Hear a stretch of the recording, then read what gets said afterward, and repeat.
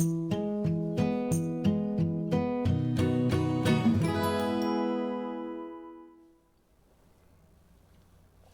welcome back, everybody. It's time for the children's sermon.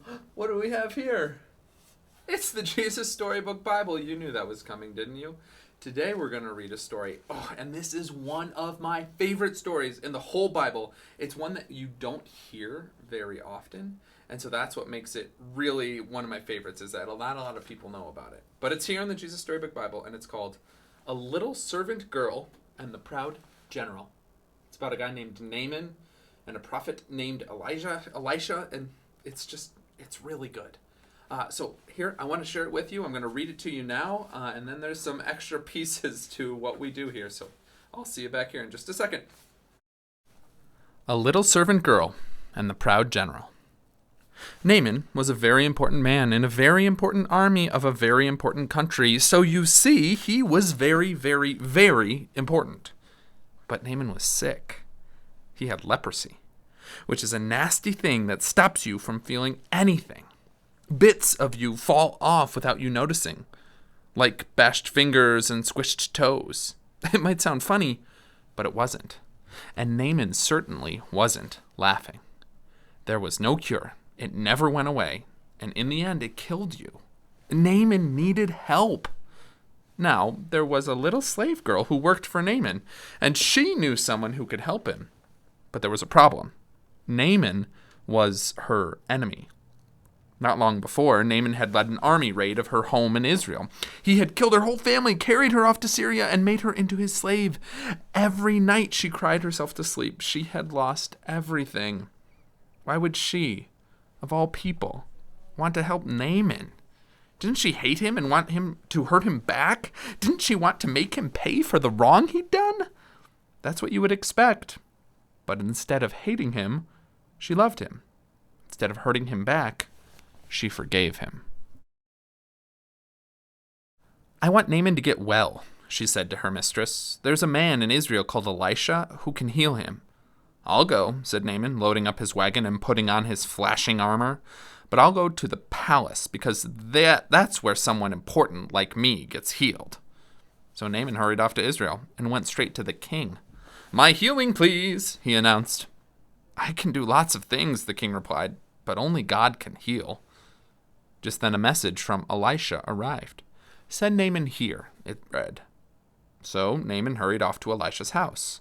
But Elisha didn't even come out and greet him. He just sent a servant instead. Doesn't Elisha realize who I am? Naaman thought. But what the servant said next made him even crosser. Wash in there, he said. Just wash? Naaman laughed. In that slimy, stinky river? He looked around to see if this was some kind of joke. It wasn't. Any person can wash in a river, he thought. I am Naaman. I am important. I should do something important so God will heal me. And he rode off in a rage. Of course, you and I both know that's not how God does things.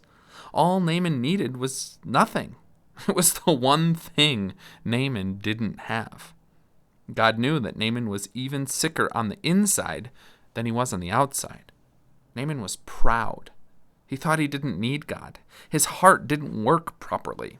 It couldn't feel anything. You see, Naaman had leprosy of his heart. God was not only going to heal Naaman's skin, God was going to heal his pride. Naaman finally agreed to wash in the river, and instantly his skin became smooth like a baby. Naaman wanted to pay Elisha. God healed you. You can't pay, Elisha said. It's free. And so it was that a very sick man was healed, all because of a little servant girl who forgave him. God knew sin was like leprosy. It stopped his children's hearts from working properly, and in the end it would kill them. Years later, God was going to send another servant to forgive, as that little girl did, to forgive all of God's children and to heal the terrible sickness in their hearts. Their hearts were broken, but God can mend broken hearts.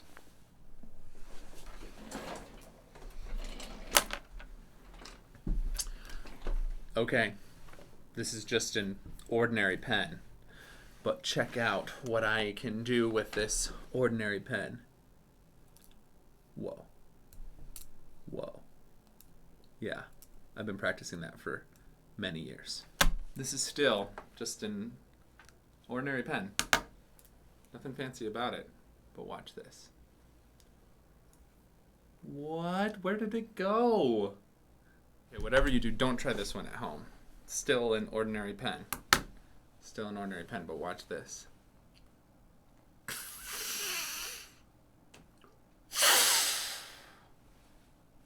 Kind of gross, huh? Okay, I've got one more trick for us with this ordinary pen. And this time we have an ordinary paper clip. Now watch carefully. All right, we've got the ordinary paper clip right there in the middle of my palm. Whoops. And we're going to make it disappear with this ordinary pen. Are you watching? Watch carefully now. 1, 2, 3. What? The paper clip still here, but where did the pen go? Where did the pen go? Wasn't that a great story? That's my favorite.